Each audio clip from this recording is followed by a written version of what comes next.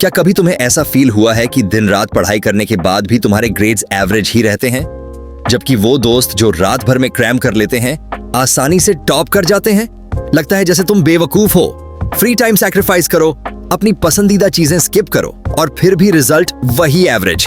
और ऊपर से पढ़ाई बोरिंग और एग्जॉस्टिंग होती है, जो तुम्हें और ज्यादा प्रोक्रेस्टिनेट करने पर मजबूर करती है। पर प्रॉब्लम तुम नहीं हो, प्रॉब्लम है वो डम और इनएफिशिएंट तरीका जिससे तुम पढ़ाई कर रहे हो। लेकिन चिंता मत करो, इस वीडियो पार्ट 1 में मैं तुम्हें वो 4 टेक्निक्स दिखाऊंगा जिनसे सिर्फ 20% टाइम में तुम टॉप ग्रेड्स हासिल कर सकते हो, वो भी बिना अपने वीकेंड्स खराब किए।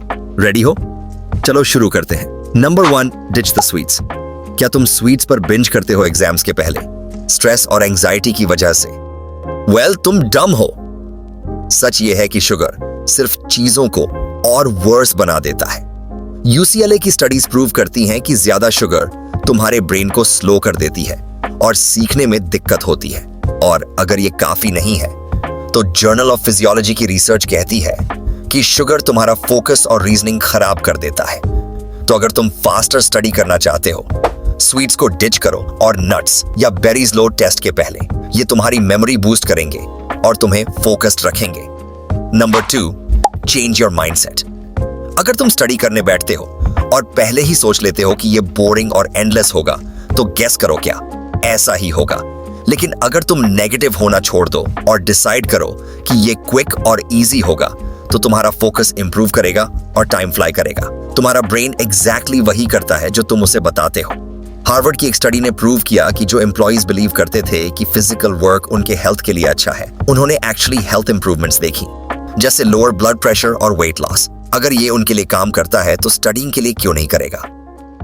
बॉटम लाइन ये है कि तुम्हारे बिलीफ्स में बहुत पावर होती है। अगर तुम स्टडी करना स्टार्ट करते हो कन्विंस्ड होकर कि ये टॉर्चर होगा, तो हाँ, एग्जैक्टली वही होगा। अब एक बार डिफरेंटली सोच के देखो। इंस्टेड ऑफ ये तो बहुत टाइम लेगा, ट्राई मैं इसे मिनटों में नॉकआउट कर दूंगा, और मैं इसे कभी समझ नहीं पाऊंगा कि जगह बोलो ये तो इजी है, मैं इसे हाफ एन आवर में कर दूंगा।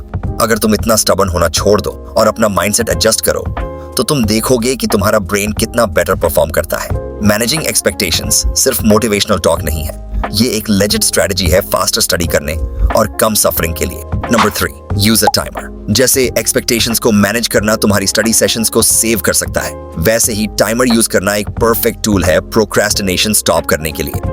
अगर तुम सोचते हो कि तुम्हारे पास पूरा दिन है एक टास्क कंप्लीट करने के लिए, तो कांग्रेट्स, तुम डेफिनेटली पूरा दिन लोगे। यही है Parkinson's law, work expands to fill the time you give it. लेकिन अगर तुम एक 30 मिनट टाइमर सेट करते हो, तो सब कुछ चेंज हो जाता है। तुम्हारा ब्रेन काउंटडाउन को रजिस्टर करता है और फुल फोकस मोड में चला जाता है, तुम्हें एफिशिएंट बनाता है और टास्क्स जल्दी कंप्लीट करवाता है। प्लस स्टडीज दिखाती हैं कि जब हम टाइमर यूज करते हैं तो नेचुरली हम कम से कम टाइम में टास्क्स कंप्लीट कर लेते हैं। ट्रिक ये है कि एक ऐसा टाइम लिमिट सेट करो जो तुम्हें पुश करे, लेकिन तुम्हें पैनिक ना करे। सोचना बंद करो कि मैं 1 घंटे में ये सब नहीं कर सकता, और कंफर्टेबल टाइम लिमिट्स मत बनाओ, वरना सिर्फ प्रोक्रेस्टिनेट करोगे। इंस्टेड बोलो, मैं 1 घंटे में ये चैप्टर कवर करूंगा, और देखना तुम कितना फास्टर हो जाते हो। Number 4, prioritise important content. जब टाइम टाइट हो तो डम बनना बंद करो और सिर्फ उन चीजों पर फोकस करो जो एक्चुअली मैटर करती हैं। अगर तुम्हारे पास सिर्फ 2 घंटे हैं स्टडी करने के लिए, तो सीरियसली क्या तुम अपना टाइम वेस्ट करोगे वो चीजें रिव्यू करते हुए जो तुम ऑलरेडी जानते हो, या फिर वो डिटेल्स में जो एग्जाम में आएंगी ही नहीं?